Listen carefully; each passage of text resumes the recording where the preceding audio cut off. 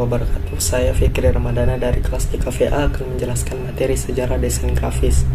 Adapun materinya yaitu grafis era Renaissance. Tipografi merupakan istilah teknik cetak dengan potongan-potongan logam atau kayu yang dapat digunakan kembali secara bebas dengan masing-masing potongan memiliki huruf timbul pada permukaannya. Penemuan sistem tipografi merupakan salah satu kemajuan yang paling signifikan dalam peradaban di masa Renaissance. Penemuan sistem tipografi merupakan salah satu kemajuan yang paling signifikan dalam peradaban di masa Renaissance.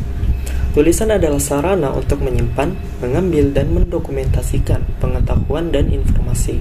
Pencetakan tipografi memungkinkan penyebaran pengetahuan dan literasi yang lebih luas di seluruh dunia, dari Cina hingga Eropa.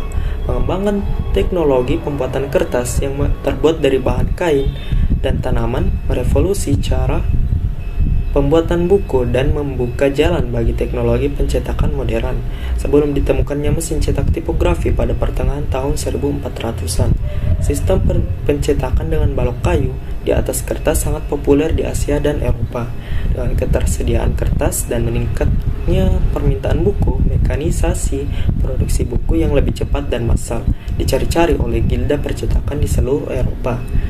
Sejarah mencatat bahwa Johannes Gutenberg dari Jerman adalah orang pertama yang menciptakan teknik tipografi untuk mencetak buku dengan menggunakan mesin pemeras anggur sebagai pondasi.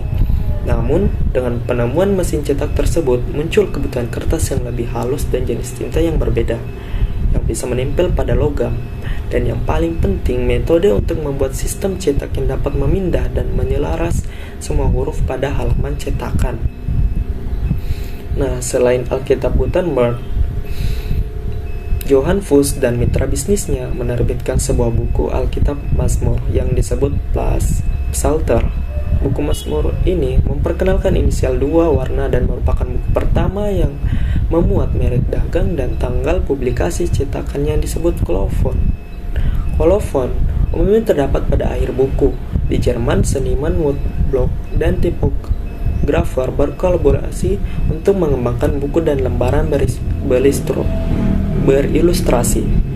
Nah, satu buku tipografi awal karya Albert Schweitzer diilustrasikan dan teknik cukil kayu, mirip dengan teknik yang digunakan pada produksi kartu main dan buku selama beberapa dekade. Gilda-gilda percetakan meningkatkan penggunaan ilustrasi cukil kayu dan pada akhirnya menciptakan permintaan yang seiring dengan itu kebutuhan akan tenaga ilustrator grafis juga naik. Nah, pada umumnya ilustrasi ini tidak dibuat memenuhi permukaan blok cetakan hingga ke tepian, sehingga ada banyak ruang kosong dari margin halaman yang lebar.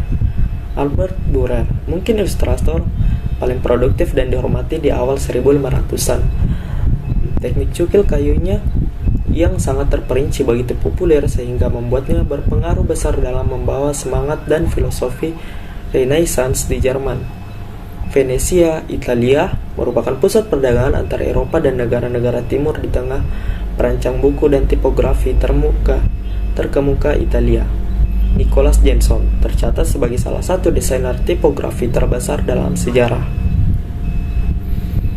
Selanjutnya ada desain grafis dan revolusi industri. Nah, seiring kemajuan teknologi dan perkembangan produksi massal, kota-kota di Eropa dan Amerika tumbuh pesat. Sebagai tujuan masyarakat yang mencari pekerjaan di pabrik, kekuasaan politik bergeser dari aristokrasi kepada para kapitalis, pedagang, dan kelas pekerja. Kapitalis mengganti para tuan tanah sebagai kekuatan terkuat di dunia barat. Menginvestasikan mesin untuk pabrikasi massal menjadi dasar untuk perubahan industri.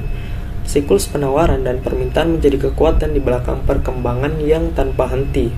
Desain grafis memainkan sebuah peran penting dalam memasarkan produksi pabrik. Saat itu adalah masa optimisme dan kemakmuran. Tapi ongkos sosialnya tidak sedikit. Kerja 13 jam sehari, lingkungan kotor tidak sehat, buruh wanita dan anak-anak bercampur baur, produksi berlebihan, depresi ekonomi, dan hilangnya pekerjaan karena muncul teknologi baru. Mungkin sekian materi yang dapat saya sampaikan. Lebih dan kurangnya mohon dimaafkan. Wabillahi taufiq wal hidayah. Wassalamualaikum warahmatullahi wabarakatuh.